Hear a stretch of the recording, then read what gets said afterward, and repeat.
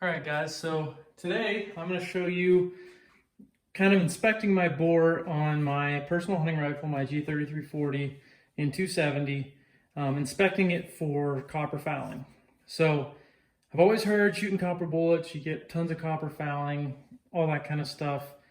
So we're going to address what does copper fouling look like, when should you remove that copper fouling, and yeah, let's dig into it. So this rifle here, I have 85 rounds through it, solid copper rounds. It has probably another 40 rounds through it before that were not copper. These are the Barnes TTSX 130 grain bullets, so the banded ones. And where this all stems from is a lot of earlier Barnes bullets before they had the bands supposedly gave a lot of copper fouling in some rifles. They messed with the hardness of the copper and some other stuff, added the bands, found that was not, and it fixed the issue. So when they get copper fouling, it'd cause accuracy issues.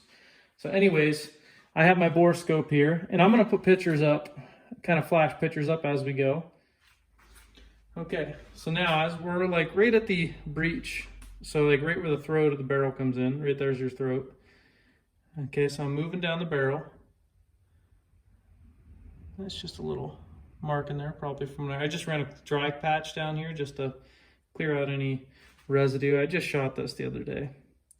So we're going down here. It doesn't look too bad, right? You can see a little bit of copper color. And so what you kind of get with so-called copper fouling, or any fouling for that matter, is you're kind of smoothing out all the grain in the metal. This is a brand new barrel when I put it on. Didn't have any shots through it. So that copper is shaving off a little bit and kind of getting embedded in the grain of the metal. So let's see, in the pores of the metal. There we got a little bit more, right? Still not that significant, I don't think, anyways. Some of you guys may disagree, but I will tell you why you're disagreeing. Well, it does not matter to me here in a second. Okay, so we'll keep going down.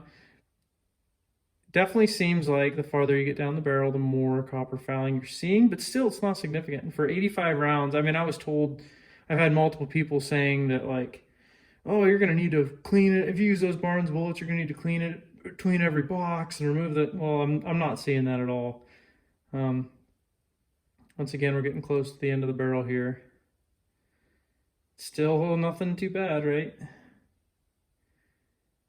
All right, got a little bit more there. Like I said, it almost kind of smooths out any imperfections that are in the barrel. Now, and I will say this, I am getting pretty significant, or I was getting very, very good accuracy out of this gun. So this is a 270, and I was getting groups that were, so it was like 287 thousandths groups. 3-shot groups, because it's a hunting rifle. I do 3 shots in succession. I don't let the barrel cool. That's how I choose to do it. I'm not saying it's right. I'm not saying it's wrong. That's just how I choose to do it. Okay, so there's the end of the barrel. But so this rifle was getting like 287 thousandths groups, which I think are it's pretty phenomenal. So just north of a 1/4 inch. I had it at the range the other day, and we were shooting it at 100 yards again, and my groups were opened up just a hair, and that made me think maybe I have some copper fouling, right? Well, I just moved from Montana to Pennsylvania, and the humidity is very humid right now. And sure enough, I looked, and it's a wood stock in the rifle, and the forearm was just barely putting some pressure on the bottom of the barrel now when it was free floated before. So I believe that is what caused it. It was actually a point of impact shift too, of directly vertical about 2 inches. So I was like, okay, but it was still consistent. The groups opened up a little bit, but they were still well south of an inch. So what I'm saying here is so copper fouling wise, there is copper fouling, right? But is it really worth dealing with? In my opinion, absolutely not. Why? My accuracy hasn't suffered yet. And 2, we're looking down at with a Borescope, and it doesn't look bad at all. Like, you're not seeing, I've seen it where it looked like it was just built up and caked on there. So I'm going to continue just running this rifle as it is, and I'll pay attention to the groups every 20, 30, 40 rounds and see what happens. But there's no need to remove this copper fouling at this point.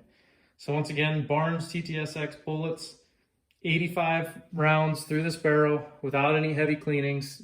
I just like to run a patch on the barrel here and there with oil on it to prevent from any corrosion. But unless it looks like there's going to be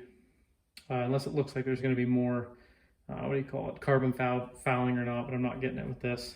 But yeah, so I'm going to leave this as is and keep hunting with it.